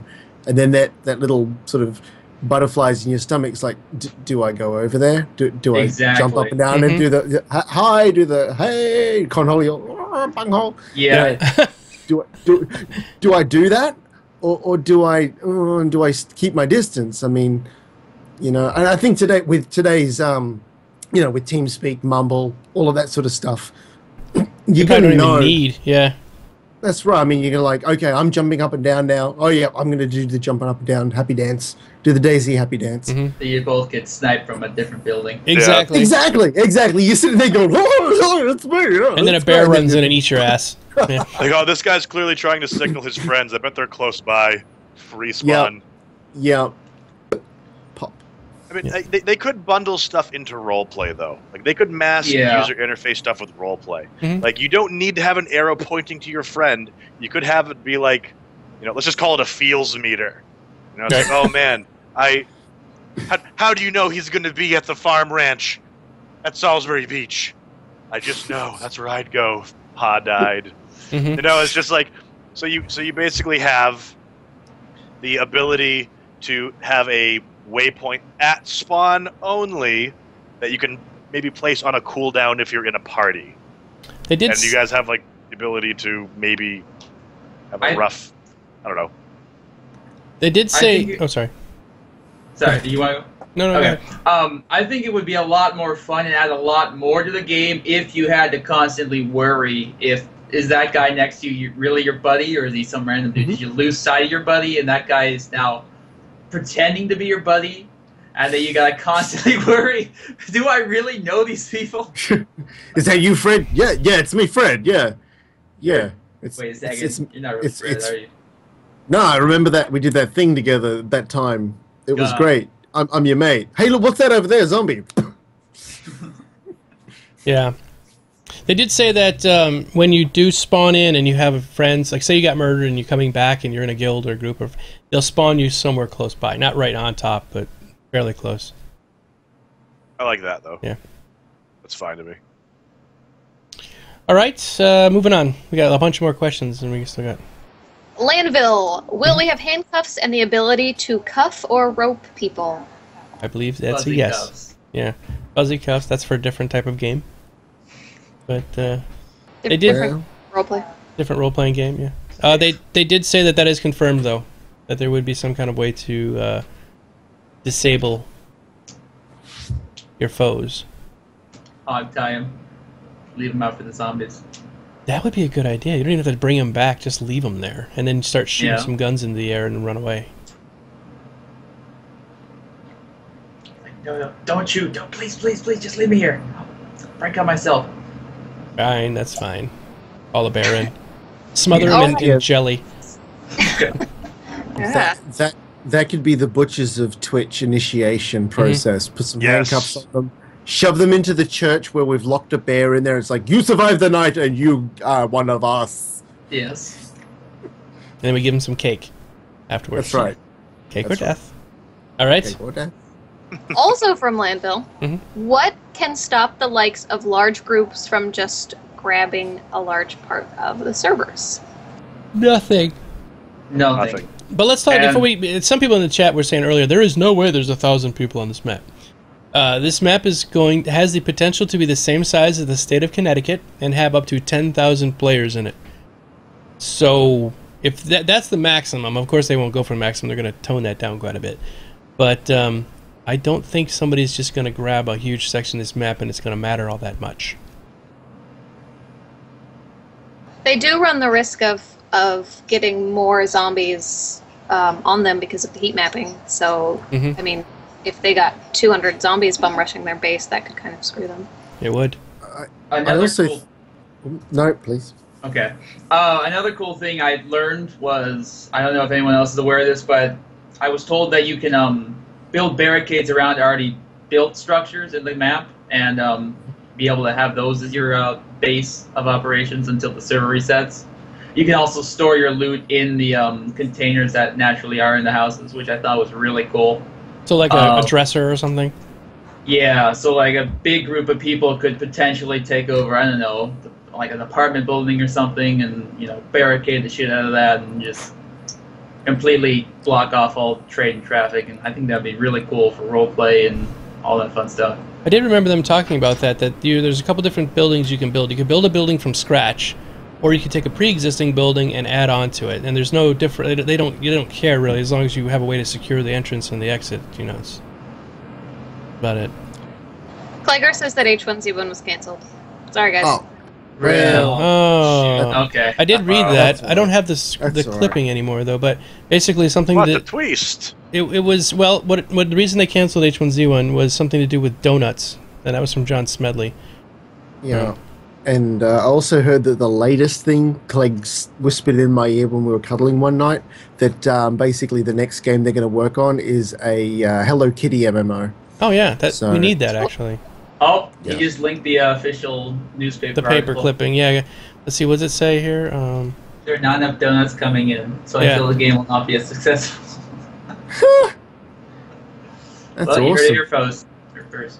Nice shop there, Clegg. Good job, Clegg. Great. There's not enough donuts, man. Yeah. I mean, how many donuts would there be in the zombie apocalypse? Not many. Not many. But just like a Twinkie, they probably last a long time. Will there be a Twinkie factory that we can hole up in? Just like in that one episode of Family Guy, where they go to a Twinkie factory and live there. Oh, what's this? Look what's coming to H1Z1. Oh, that's a cool picture. This is from Jimmy Weisenhunt, and no, that's not Jimmy. Neither one of those people are Jimmy, but it's from Jimmy, and they're pointing at a shotgun. Yeah, I guess I can show Is it this. a gun? Yeah, I hope there's a gun in H1Z1. There's at least No guns. There's a No shotgun. guns? Wow. I'm going to It's your retweet this. fists. Oh, I can't retweet it now. I'll retweet it later. But yeah, it looks cool. Shotgun. I guess we were hoping that there would be shotguns. They're emailing that to somebody. Can anybody read the email address that they're sending it to? All right, you guys get to working on that, you people in the audience. Okay, back to the game. Back to Okay. From Rage Sage 84 for Sat. I read somewhere that H1Z1 is likely to get an October release date. Do you think that is more realistic than August or September? Yes. I'd assume that would be closer to the money than August right now. I have no idea. Playing the game, it was certainly getting there. I don't think it was ready for within the next week or so, which everyone was hoping. But I mean, the block party though in itself is a test. Yeah, exactly. It's a QA test. Mm-hmm. I mean, so they're going to be reviewing what you guys did. How much fun did you guys have? What were the complaints like? November 27th is when this game is going to come out. 28th. Right after Thanksgiving, Black Friday. H1Z1 will take us through the holidays, everyone. Zombie Santa. The impatience in me is just like screaming at you guys right now. I understand that, yeah, people want it faster, but if we waited all the way till December, I think it would probably be a better, more polished What game. did we talk about earlier, Agent North? Yeah. About delayed gratification. I know, but man, like that waiting for the gratification is really good, but you know, like. So what if you play it though? What if you get it? Like, what if you get it next week, and all of the shit that was broken when I played or when Sad played is still like busted? Like, are you okay with that? I mean, I had the same question. You know, what version of the game was Sat playing? Like, was it an older build that they were showing off? You know, not showing off their newest build, or you know, I still have that. You know, to the same conclusion. We don't know if it's actually more polished than what was last played. That's true. No.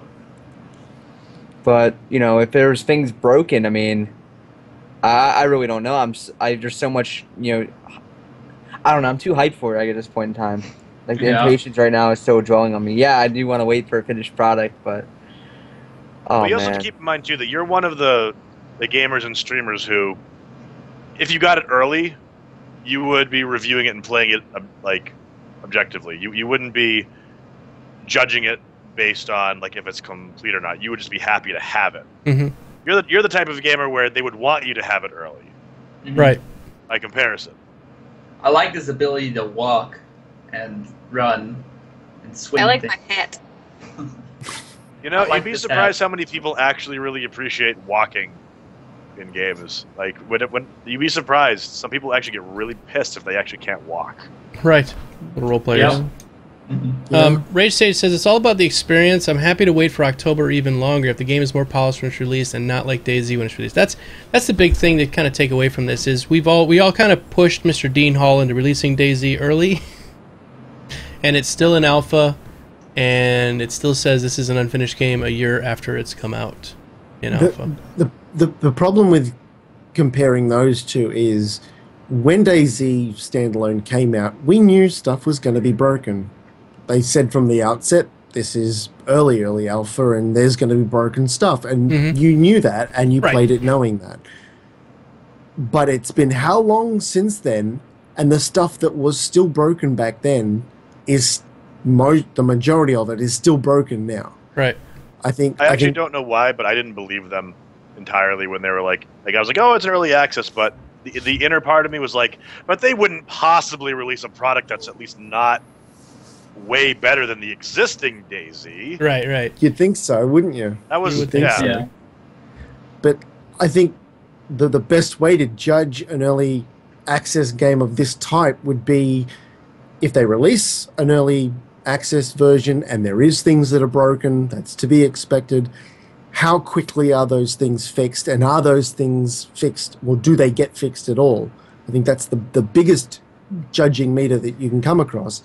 If you play it a month earlier and there's this one thing that is really game breaking and it's broken, and then you come back a month later and it's fixed, that's a really good indication that they're actively working on the game and they're actively interested in increasing the polished product itself and wanting to get through and work through these problems.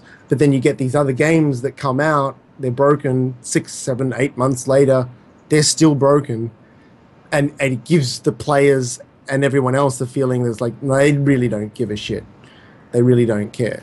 So I mean, yeah. We were talking before about the early access. Like I think that the standalone project is a good example. Sorry about that, Sat. You want to post something? He just wrecked. tweeted No! something. fucking sort of you don't get shit. lost No. Look, I'm a big DayZ Not fan. big. Okay, the one thing I want to mention is people are going off that I said DayZ's just crap. It's because Oh, crap. I played it for a long time, and I did it for 30 days straight on my streams. Every single day I played DayZ, and this was back when it first came out of Anybody hear me? alpha. Yep, we can hear you. Yeah, I can hear you. I can hear you Okay, now. my Skype's totally crashed, so I don't Oh. even know if it's working. Oh, You're totally I can't fine. hear you at all. It's Like fine. my picture, my camera's there and everything. Yeah, everything's fine. Yep. Don't touch a That is thing. bizarre. Yeah. Okay, well it's faded out and not responding right now, so I'll leave it. Yeah, We I've had gotcha. the same exact thing happen. You might have to restart it, So- but But what I was saying before though was I think that we were talking about early access being an excuse to release an unfinished game, Mhm. and I unfortunately I hate to say it, but like the standalone project, I think that you guys are kind of like the big culprits here for like why this is allowed to exist. So I don't know. I think haters. they're responsible. No, anyway, I was saying that about DayZ is that it's the reason I'm upset at it is because when I played it a year ago, just about, I was playing the standalone after I played a lot of the regular, modded version of Arma, Mhm. and I started playing the standalone, and I was like, okay, it's broken because it's not ready yet. And I said that all along. I'm like, okay, I can forgive that the zombie just walked through this wall because it's an alpha. It's fine. Okay, we'll be fine. And I said, I'm going to wait till about August, and I'm going to come back and play this game again and see what's changed. And I was expecting to come back and see just tons of stuff fixed. And they've had 9 months to work on it, and it's still broken. A lot of the stuff is just, all they've done is added like some different guns to the game, and they've added some new foods and stuff like that, but the basic fundamental stuff is still broken. So, I don't know. What do you guys think? I definitely agree with that. Really, DayZ, there really hasn't been much change at all. Now, I believe recently they started with the whole weekly server maintenance. I'm assuming they're going to start getting down to finally updating more than just a new gun here or there. But yeah, they're really after a year, and all they've added is a couple guns and some food. That's was hoping they'd actually fix like the zombies walking through the buildings. Spawning underneath the buildings and killing you because you Yeah. just walked into a building. You're like, oh, let me look in this cupboard. You're dead. And like, what the hell? Oh, it was a zombie under the floor that ate me through the floor. Exactly. Yeah, there's some things that are forgivable. I do forgive a lot of that stuff. But there's things that are just like, God bless it. These were major problems when 9 months ago. Why are they still a problem? well, we can hope that SOE will at least hold themselves Yes. to a higher standard. Yes, exactly. Like, it's up on you, buddy. Yeah. All right, Numa TV. I make mods and games based on zombie survival, blah, blah. Is this game really that good, or is it just geek hype? It could be geek hype. Just- I hype Just geek. the hype. Yeah, Domo, it's your fault. It It's is all my the fault. geek hype. It's all the geek hype. No, this game is going to be good. What we're hoping for, and of course we haven't played it except maybe Skyla and Sat have played it, but what we're really hoping for is that Sony does it right. We've played The Forest. We've played DayZ. We've played Don't Starve. We've played all of these bevy of survival games, and all of them are good in some ways. Don't Starve is actually a pretty rock solid game, believe it or not. But the other ones on that list, War Z, Infestation Survival Stories, what other name they're going to steal this week? We've played all of those games, and they have just sucked the life out of the genre almost. People are like, "Oh God, another zombie game." Oh, great. You know, I think even the fans of the genre are getting sick of it. Because another one just shows up down the pike. Oh, we'll just throw some zombies in. This might be a rash thing to say, but I think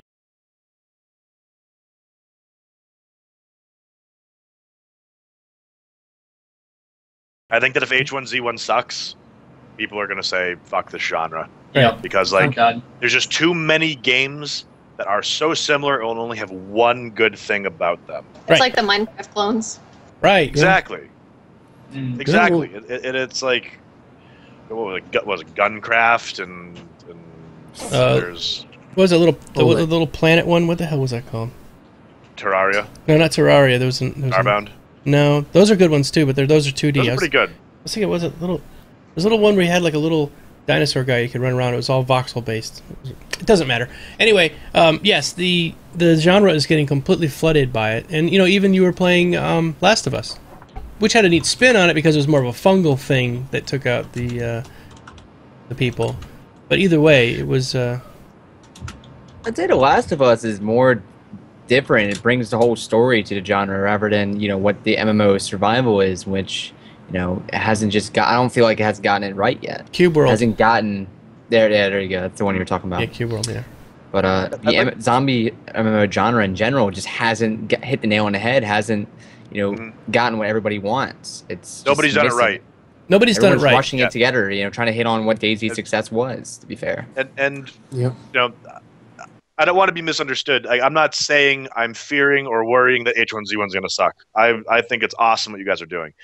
The reason why I'm saying that is because you guys have super talented developers, and for the first time for a game like this, you've got a AAA title person funding you. Mm-hmm. You guys have all the tools that we think are needed for producing a game that can live up to the hype that we're expecting, or maybe not necessarily the hype. It doesn't even need to be the hype. It just needs to be fun and complete. And we were saying before, a finished game.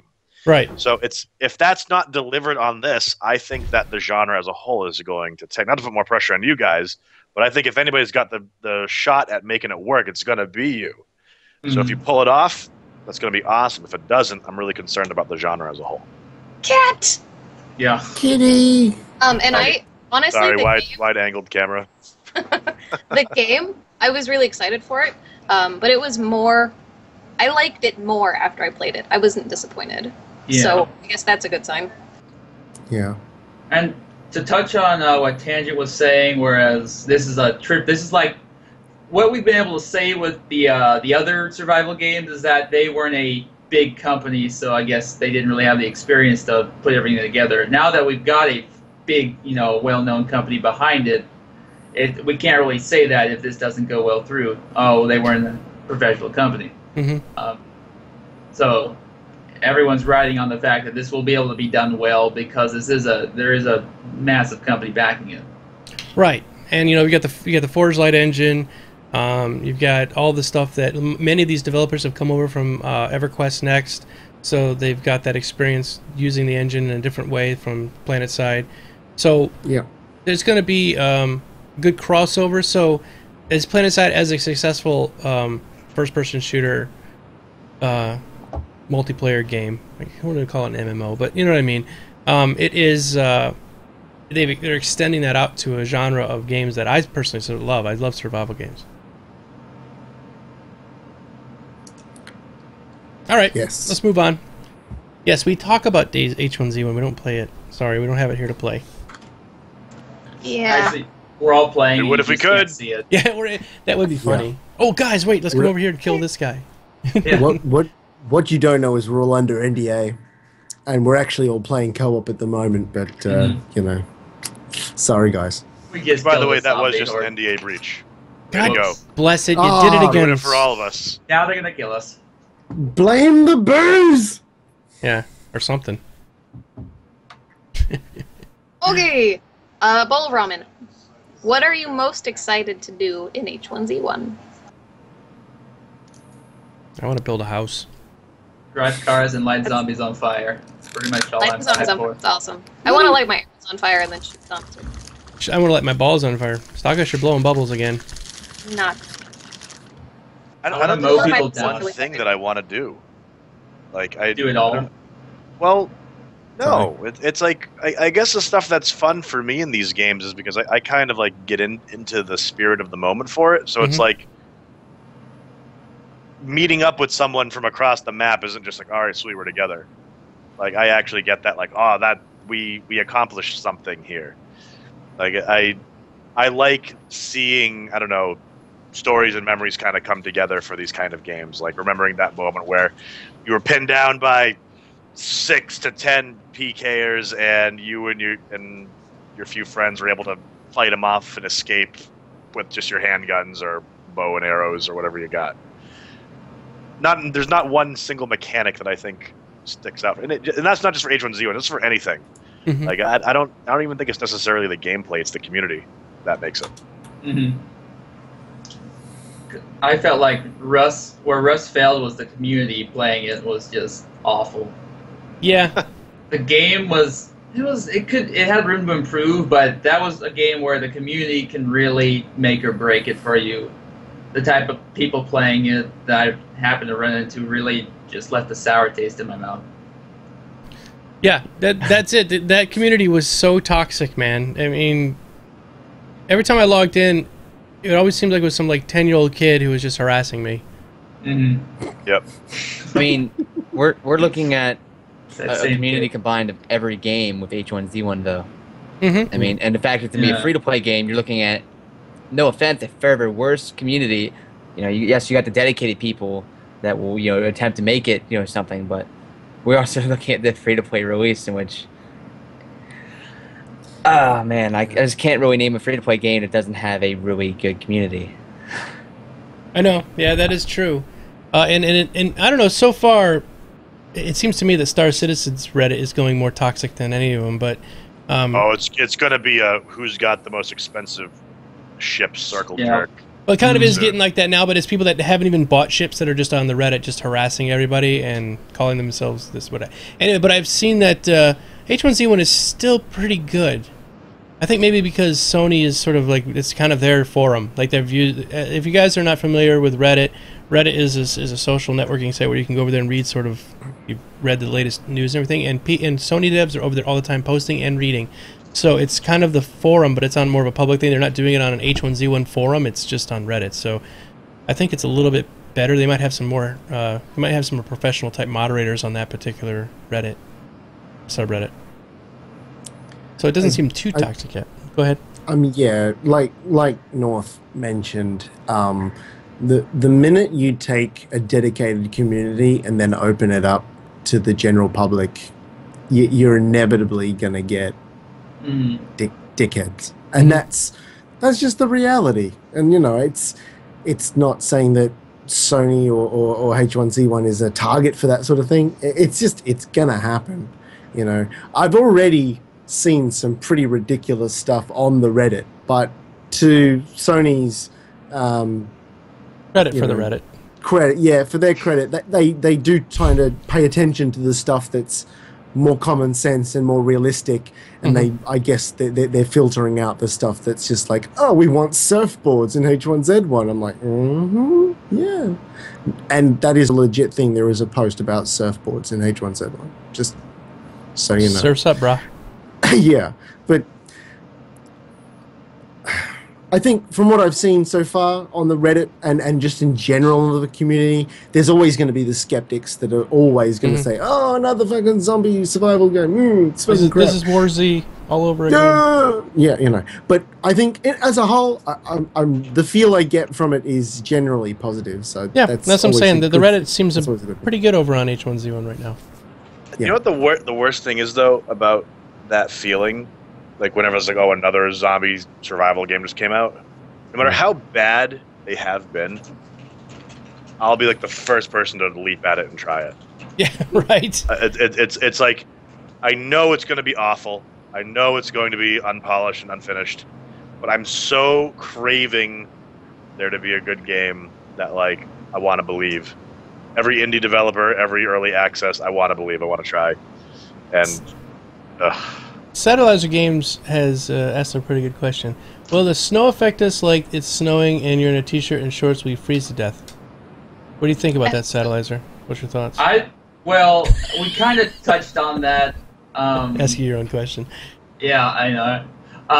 At the block party, we were asking the devs. They didn't really have a solid idea yet, but I really wanted to, because I think that's a really cool idea. Where if the forest, like if the temperature drops to low and you're in the shorts and t-shirt, wouldn't you start freezing to death? They're getting really cold where you wouldn't be able to walk as fast, trying to conserve heat and whatnot. I think that would be really, you'd have to go to either find like a parka or something, and everyone's running around in snowsuits, and I think that'd be a lot of fun. It'll be fun. Just have a warmth rating. Yeah, right. Or like in forest, as you start getting colder and you start shaking, like everything you pick up, your hands are kind of vibrating, and you get you get screens sort of on the edges. Aim is straight. Yeah, things like that. Perfect. I mean, I know that's an interesting mechanic to add, but I'm hoping they'll have something like that. Well, I mean, even the DayZ mod got that right. If you're out at night and it rains, you do have a temperature meter that drops, and you have to either use something like hand warmers or you have to find a fire to keep yourself warm from freezing to death. So I think it's a realistic goal. I don't think it's out of the reach of Sony for sure. Yeah, the Frostfall mod for Skyrim does the same thing. All right, let's move on. We got a bunch more questions. We only got about 10 more minutes. So. Okay, will there be a height limit on base building? Don't know. Reach to the skies. To the skies. Clegg, can you answer that one? Will there be a height limit on base buildings? How tall can you build a base? Do you want a skyscraper? That's the question. I mean, do you really want people to know maybe that? Twitch NASA, build a space station. Well, I did it in Rust, like a moron. Yep. I built this like 20-story building in Rust because I could, and it was basically like, look over here. This guy's got stuff. You must have a lot of stuff if you build a 20-story skyscraper. Let's take all their stuff. Exactly. All right. I mean, do you guys really want to see skyscrapers all over the world? You walk by and see them over trees. It's just a mega sign to say "murder me." I think a Hobbit hole would be better. And if I could get some C4 and just take down a skyscraper, it'd be okay. But I mean, I think 2-story, 3-story buildings. Oh, here we go. He says yes, only 1 story and a roof right now because the server performance doesn't mean we can't do later, but for early access, that's all they're gonna have right now. Okay, thanks, Adam. Thank you, Clegg. All right. How wide can we build that? Please consider raising that. I want to have a Thunderdome fortress. Oh. With car wheel wells for windows and stuff like that. Yeah. Stack them up like a palace, garbage palace. All right, moving on, Skyla. Okay. We gotta go speed rounds here, so only a couple minutes on each question. The basic weapon arrangement in currently existing zombie survival MMOs ranges from different melee weapons which kill all zombies in a few hits and the firearms that we've already seen 1,000 times. Do you think H1Z1 will include a wider range of creative weapons like in Dead Rising? What do you think, Mike? You've played. Well, what I got to play with, I got my standard axe that you start with. It kills zombies in 3 hits if you get the combo right. Mind you, if you miss the combo, you're going to have one hell of a hard time killing that zombie. I mean, it will really penalize you. I didn't realize I thought it was just a benefit to get the combo right. No, you will actually be stuck there unable to hit, and the zombie will keep smacking you. So you really do want to time that combo because it'll take you down 5% per hit, and they normally travel with a pack around them, so you'll end up having a couple zombies on you if you don't deal with that first one fast. Yeah. I managed to get the bow fairly easily right off the bat every time I respawn. The bow seems like your primary weapon until you find a gun. You do want to make sure you get that headshot, because then you got to reload, and in that time they'll be right in your face, and that's not impossible to get a headshot when they're smacking you. As for guns, I think I was playing with 2 others, and we had about a good, hour to 3 hours of playtime there, undisturbed, and I think we found 1 gun throughout that entire play. Didn't manage to find ammo because the guy who had the gun got killed.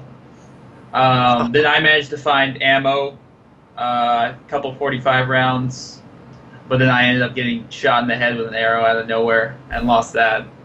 Guns are very hard to find, and ammo is even harder to find. So it's in real life the same way, because the gun is going to be pretty permanent, but the ammo itself, once you use it up, where are you going to make new ammo? I mean, you can refill ammo, but you have to find the refilling stuff, you got to find the gunpowder, you got to find the bullets themselves. Bullets just don't magically poop out of trees, Yeah. It's one of the hardest games to balance for, because everyone wants realism, but we know if you get too realistic, you lose fun. Right. Yeah, there is a spear.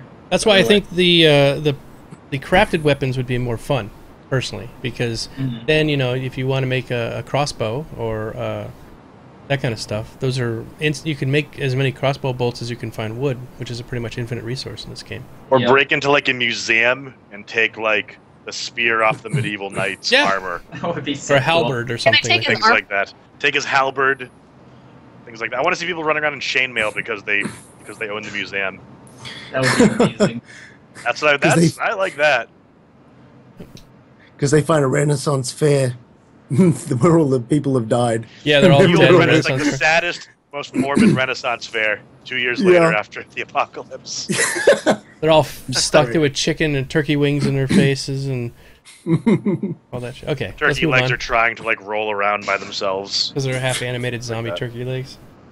All right, Skyla, go ahead. All right. Will you be able to go down in the manholes in the middle of town to either hide or live if you wanted to? Sewer living. Can you confirm that, Ark? Mr. Klegger, can you confirm? That they said that there might be mines, but I don't know how deep those go. The mines of Moria. Well, if the mines they showed on the live stream are anything to go by, it's more of a cutout into a mountainside more than a mine straight down. But that's not to say that they don't create something that's further deep down. Yeah, no Ninja Turtles. Oh. Or rats. It'd be infuriating if you were chasing a guy down the street and he just all of a sudden disappeared. All you got to go on was a manhole there with the cover missing. Wonder where he went. All right, how many more we have left? A few. Are buildings fully explorable, or are there walling limitations? Oh, there's only a couple more. Okay, I think, as far as I've seen, it's fully explorable. I haven't seen them be able to go anywhere you can't go yet. All the doors and stuff are broken. So, like the original DayZ, it's you can remember the first time you got there, you couldn't open up any of those buildings, and now you can. That's definitely a plus. I think though, before we were talking about the what kind of weapons we're going to see in this, I'd like to see crafting. Like Dead Island had some good ideas for crafting. The game had a lot of flaws, but I want to see a bear trap on a baseball bat that you, for like one swing, claps on whoever you swing it at, and things like that.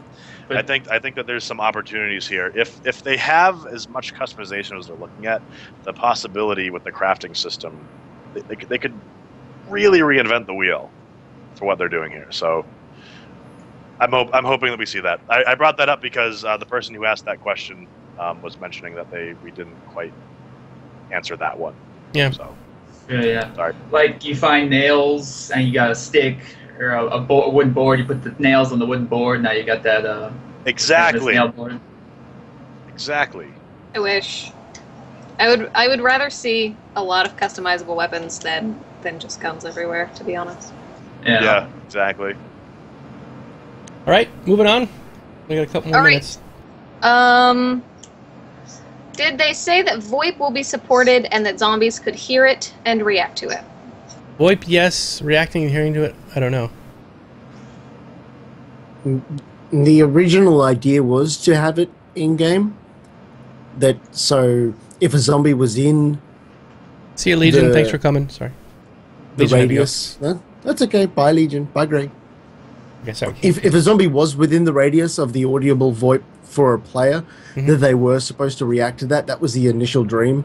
But lately they've kind of said, well, yes, VoIP will be on the game, but will the zombies react? They weren't so sure. Okay. All right, let's move on. How many more we got? How many builds do you think it is between what the H1Z1 crew lets the streamers play and what they're actually working on? We don't know about that, right? I mean, it could be almost infinite, the amount of fixes they have to make before they can bring it out. I guess he's just basically asking, how close do you feel it is? Satellizer, you were the last one to play it, so what do you think? I kind of zoned out. What was that question again?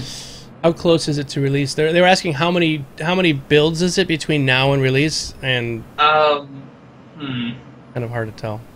Yeah, it was certainly playable to the point where you could get stuff done, and I guess you could say it was. I think you could possibly be an early release build right there, but there was certainly a lot of bugs that would irritate me if I had to deal with them on a daily basis. I would ironed out first before the early release game. Okay. So honestly, I have no idea how close they are. All right, do we know what will be done to combat server hopping? Like a cooldown system or one character per server system? I think that they had said in a previous interview on Twitch that you're going to be your character is server locked. Yep. That's You what go I to a new thought. server, you You'll need to make a new character. character. Yeah. Yep. That was a And, huge problem with DayZ. Oh my god. Yeah. Gearing up Yeah. on the empty servers and going to kick ass. Yeah. And also to try and cure combat logging, it was going to be a timer. So even if you Alt F4'd the game, your character's Still in there for 30 seconds. body So. was, at the moment it's 30 seconds. They said it's up for debate whether they leave it at that amount or not.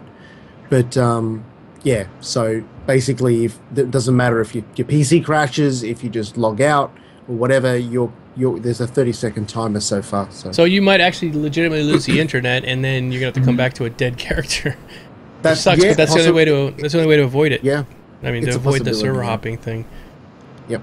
Because you got either one thing or the other. Either you got where you allow everyone to log off and instantly, or you have, and then people abuse the system, of course, and get in combat and just log off so they don't have to die, or you have it to where the way it's going to be, which is you have to give a timer. Yep. All right, go ahead. All right, I'm going to call this the last one. Perfect. Do you think people are going to stay in high loot areas and not explore the map? Yes and no. No. I say yes in People some will regards. try to survive the high loot areas Yes. and then go to explore and yeah. find their It's like you do in DayZ if you're familiar with like the air bases. Everyone runs into the air bases real quick, gathers up all their shit, and then runs away as quick as they possibly can, because the longer you hang out there, the more chance. There's always some other player that's better than you. Yeah. And that'll definitely happen. All right, continue on. I'm sorry, I just gonna... It's all good. I just see these areas being a centered PvP point. Yeah. People are going to have bases, near or further away.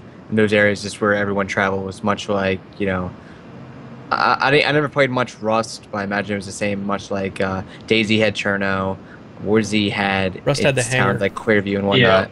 So, I mean, every place has that one centralized PvP location, which is typically the high loot location or easy to go location. So. Yeah, they were saying there might not be high loot. They're going to spread it out as best they can, but there's still going to be areas that are kind of preferable. Like even if it's just a city where there's going to be more concentrated loot in certain areas. So even if it's just like this cluster of houses have a good spawn point, because when you're picking stuff up, your back doesn't have to be exposed for picking up. Could just be little things like that.